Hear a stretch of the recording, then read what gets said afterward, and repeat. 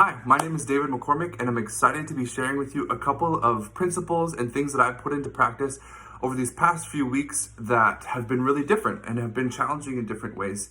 Seeing how our kids are at home, and now we're not only being parents, but we're being teachers and everything to our kids as we're not allowed to go outside and interact with the world. And so if you don't have specific things in place, it's going to be really challenging, because what we want to do in every moment is empower our kids, give them a voice. And one of the best ways that we can do this is to remember their bodies in a holistic way. And so whether they're watching TV or they're playing outside or they're doing homework, you want to be mindful and conscious that they're going to need to eat and drink something every couple of hours. One thing that we do is that we're constantly reminding our girls, okay, here's your water. One thing that I try to do too is that I don't necessarily just ask them, hey, are you hungry or do you want a snack? Because lots of times, especially kids that have been through trauma, the answer is no, I'm fine.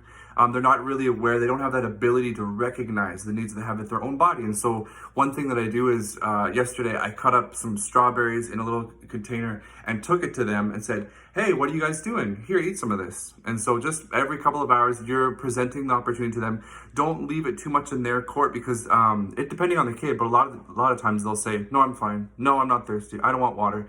Whereas if you are putting it in front of them and saying, this is what we do, this is how we operate, then they're going to be a lot more likely to do that. They're not even going to be aware of the needs that they have. But as parents, we need to put that before them. So drinking water is really important. Eating good foods. It is really easy in this season just to kind of go for those grab foods where we're just grabbing something that's easy and not necessarily super nutritious, but I would encourage you guys to try and make sure that your kids are eating lots of fruit, that they're getting exposed to different kinds of foods in this season, that they're inside a lot of the time.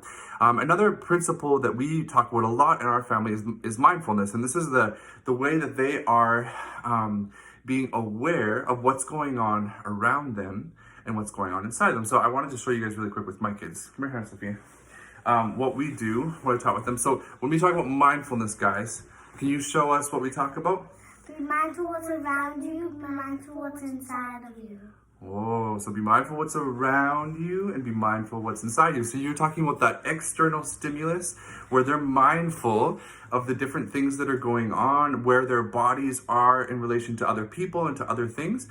That's the first step, that we're aware of the outside, but then we're also aware of what's going on the inside. And so this is where we call them to be mindful of the feelings that they have, the emotions that they're feeling, and those different processes that sometimes they're just on autopilot and we don't even realize. And by the time it's all come to the surface, it's a meltdown, or the kids are just completely closed off. And so if you're checking in with them regularly and asking them, are you mindful what's inside you, mindful what's outside of you, it's a good way to do that check-in constantly throughout the day, because your kids aren't going to necessarily be aware of all the places that they're going on the inside. And especially if we're seeking to entertain them, we're maintaining a really strict schedule. We have nap time, and then we're watching TV for 20 minutes, and then they're doing work on an iPad, and then they're doing all these different things.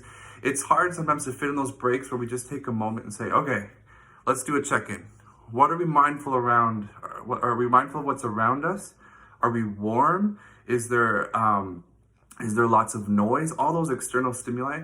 And then look into the inside. And so what are we feeling? Do you guys feel a little overwhelmed? Do you feel frustrated? And so trying to get words to what they're feeling, it's a really good way. And lastly, I just want to share with you guys something really quick too. This is another check-in that I do with my kids. I try to do it regularly. And we just say, so here's Hannah and Sophia. We just say, are we connected? Yes, we are. What do we say? Are we connected? And so it's just something really simple where I put my finger, we're connected. Because I want to make sure that I'm connected to them in this season where I'm maybe just trying to entertain them and make sure that they're okay. But also I need to know that the most important factor that they're okay is that our connection is maintained. So I need to be taking care of myself, but also need to be taking care of that relationship and coming back to a place where I'm sure that we are connected. And they won't give me their finger if there's kind of something weird going on, or if they are angry, if there's mad something or mad or something. And so it's a good way before that they give me their finger and connect with me, which is a physical example of what's going on in our hearts, to work through those things.